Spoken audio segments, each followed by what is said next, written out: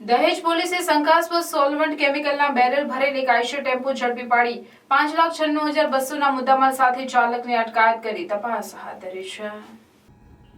Police staff દહેજ police station વિસ્તારમાં પેટ્રોલિંગમાં હતા તે દરમિયાન પોલીસ કોન્સ્ટેબલ શૈતાનસિંહ દલપતસિંહને બાતમી મળેલ કે ઝુલવા ગામ તરફથી સુવા ચોકડી તરફ એક આઈસર ગાડી નંબર GJ16AU 1511માં શંકાસ્પદ કેમિકલના બેરલ ભરીને આવે છે। જે બાતમીના આધારે સુવા ચોકડી પાસે વોચમાં રહી એક આઈસર ગાડીમાં શંકાસ્પદ પ્રવાહી કેમિકલના પ્લાસ્ટિકના બ્લુ કલરના 200 લીટરના 37 બેરલો મળી આવેલ। જે પ્રવાહી કેમિકલ બાબતે ડ્રાઈવર મોહમ્મદ રફીક ગોલીને પૂછતા તેણે ગલ્લા તલ્લા કરી ઉડાવ અને કોઈ સંતોષકારક જવાબ આપેલ નહીં કે કોઈ બિલ કે આધાર પુરાવા રજૂ કરેલ નહીં, જેથી આ શંકાસ્પદ હાલતમાં મળી આવેલ 5 લાખ આઈશર ગાડી તથા તેમાં ભરેલ પ્લાસ્ટિકના 37 બેરલ 96,200નું પ્રવાહી કેમિકલ મળી કુલ 5,96,200નો મુદ્દામાલ CRPC 102 મુજબ વધુ તપાસ અર્થે કબજે કરી ચાલકની CRPC કલમ 41(1)D મુજબ અટક કરી કાયદેસરની કાર્યવાહી કરવામાં આવેલ છે।